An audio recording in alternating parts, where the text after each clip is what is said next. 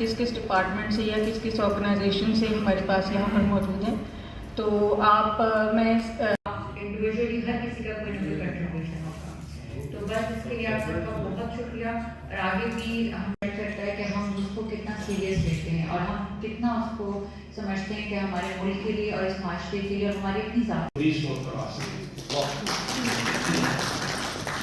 और दूसरा ये कि मुआहदा लिखवाया, वो आज भी जो हमारे अजीम एक फ़कीह हैं काजी अबू यूसुफ, उनकी किताब में नकल है। हमने बल्कि वो बहुत सारे लोगों को गिफ्ट के तौर पे भी वो भेजते हैं, अरबी में वो मौजूद है, आज भी महफूज है तुर्की के अंदर। उसमें लिखा हुआ है कि क़यामत तक के लिए वो सारी इबादतगाहों को अल्लाह के नबी ने तहफ़्फ़ुज़ दिया और अपने पैरोकारों को से ये कहा है कि वो इसको यकीनी बनाएंगे। तो हम तो इधर से भी बंधे हुए हैं, उधर से भी बंधे हुए हैं, यानी आइनी तौर पे भी, कानूनी तौर पे भी, मजहबी तौर पे भी, और अल्लाह के नबी की मोहब्बत का अगर दावा करते हैं तो उनकी तरफ से भी ये हमारे ऊपर ये है कि हर एक कौम, हर एक मजहब, हर एक फ़िरका जो है वो हमेशा दूसरों के साथ मिलकर बैठता था। न सिर्फ मिलकर बैठता था बल्कि एक दूसरे के दुख सुख में शरीक होना, न सिर्फ दुख सुख में शरीक चीज़ें जो कि यूरोप के बॉर्डर पे जाती हैं, अब उसके अंदर ह्यूमन राइट्स स्टैंडर्ड की जो लायबिलिटी है वो रियासत के ज़िम्मे है, और जब रियासत की बात होती है तो मेरे महकमे के ज़िम्मे है। उसकी रिपोर्टिंग के लिए अदील साहब यहाँ बैठे हैं, वो उस पर बताएंगे।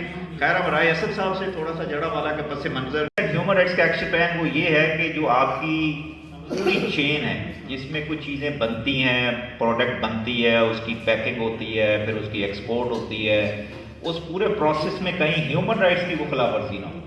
तो अगर वो ह्यूमन राइट्स की खिलाफ वर्जी होगी तो लाइफ में गई थी, उन्होंने कहा आप सिक्योरिटी के बगैर आप स्कार्फ, क्योंकि एक मुसलमान होने की अलामत है, तो या तो स्कार्फ उतारे। ये मैं आपको अपना ज़ाती तजर्बा बता रही हूँ। ये सिर्फ एक, ये तो अमेरिका की बात है सर, और ये 2011 की बात है। मेरा ज़ाती ह्यूस्टन में मैं आई, वहाँ पे मुझे एक मुसलमान लड़का मिला, उसने मुझे कहा कि या तो आप स्कार्फ उतार दें, पर ये दुपट्टा ले लें, क्योंकि सिख भी दुपट्टा लेते हैं तो ज़रा पर्दा रह जाता है। अगर आप स्कार्फ लेंगे, आपको लाइफ को थ्रेट है लुधियाना में।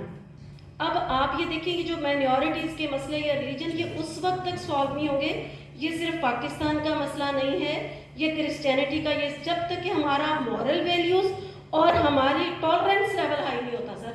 ये सिर्फ एक बंदे के साथ नहीं है। बहुत शुक्रिया, बहुत शुक्रिया, तशरीफ रखें। और हमें टॉलरेंस लेवल इनहेंस करना चाहिए। थैंक यू फॉर बहुत शुक्रिया।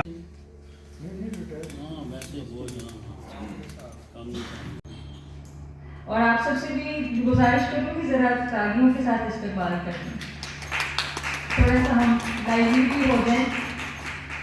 सो वे भी बताएंगे आगे कि इस पूरे प्रोजेक्ट में अब तक क्या होता रहा, क्या क्या सक्सेस करी। मैं सिर्फ एक ही बात कहूँगी कि कोई भी काम जो होता है कांग्रेस में मेरा नंबर साहिब साहब के पास है, उनसे आप ले लें कि हम लोग कांग्रेस में तशरीफ लाएँ है, और ये बहुत स्लो होगी, लेकिन इसके रिजल्ट आज नहीं तो आज से 5-10 साल बाद आप शायद कुछ transparent and accessible mechanism insurance are available within the organization to create a diverse culture. First one is mentorship. Training is very important for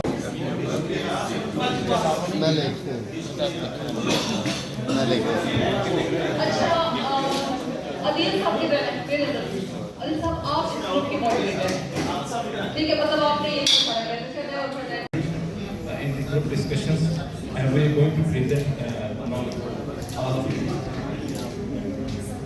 What are some common spaces that can occur during the recruitment and hiring process?